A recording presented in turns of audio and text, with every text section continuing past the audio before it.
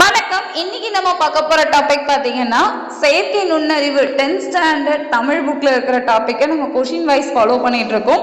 இப்போ பார்க்க போற டாபிக், ஏன் செயற்கை நுண்ணறிவு முதன்மையானது, ஏன் ரொம்ப ரொம்ப இம்பார்ட்டன்ஸ் கொடுக்கணும் அப்படின்னு கேட்டிருக்காங்கன்னா எப்படி எழுதுறதுன்னு. இதுக்கான பதிலும் அவங்களே நமக்கு டெக்ஸ்ட் புக்ல அழகா கொடுத்துருப்பாங்க.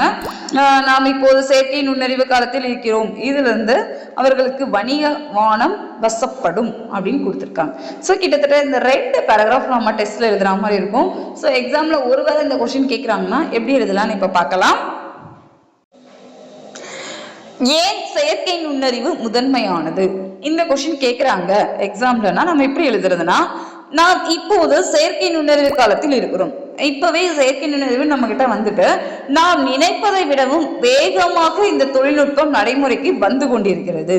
உலகின் கவனம், உலகில் உள்ள பெரும்பாலான தொழில்நுட்பம் இத்தொழில்நுட்பத்தை உருவாக்குவதிலும் பயன்படுத்துவதிலும் விற்பனை செய்வதிலும் கவனம் செலுத்துகின்றன.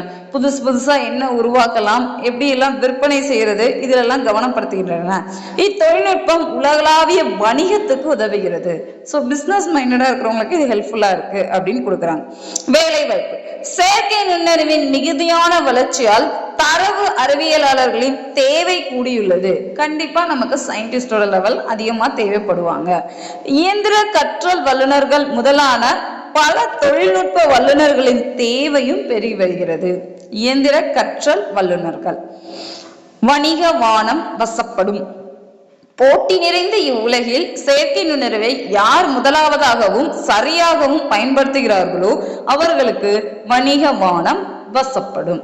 யார் ஃபர்ஸ்ட் கரெக்டா நம்ம காலத்துக்கு ஏற்றபடி யூஸ் பண்ணாங்களோ அவங்களுக்கு கண்டிப்பா நல்லதாவே நடக்கும் அப்படின்னு சொல்லி கொடுத்துருக்காங்க. செயற்கை நுண்ணறிவு ஏன் முதன்மையானதுன்னு கேட்டாங்கன்னா நம்ம இதை எழுதினாலே போதும். ஸோ இப்போ கண்டிப்பா நமக்கு செயற்கை நுண்ணறிவு தான் போயிட்டு இருக்கு. ஏன் போயிட்டு இருக்குன்னா எல்லா தொழில்நுட்பத்திலையும் நம்ம இதை யூஸ் பண்றோம், இதை வச்சுதான் வியாபாரம் பண்றாங்க, வணிகம் பண்றாங்கிறப்ப இது கண்டிப்பா தேவை. வேலை வாய்ப்பும் இதை பொறுத்து மாறும் அப்படிங்கிறதும் தேவையான விஷயம். இவ்வளவுதான், ரொம்ப சிம்பிளான டாபிக் தான். ஒரே ஒரு தடவை ஸ்கிரீன்ஷாட் எடுத்துட்டு நீங்களே ரீட் பண்ணுங்க, எழுதி பாருங்க, ஹேண்ட் ரிட்டன் நோட்ஸ் ரெடி பண்ணுங்க. இந்த மாதிரி எக்ஸாம் ட்ரை பண்ணி பாருங்க. உங்களுக்கு ஏதாவது கமெண்ட்ஸ் சொல்லணும்னா நீங்க கமெண்ட் பண்ணுங்க. நம்ம சேனலை சப்ஸ்கிரைப் பண்ணிக்கோங்க.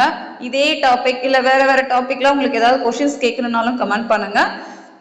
Next topic and questions next வீடியோல பார்க்கலாம். தேங்க்யூ.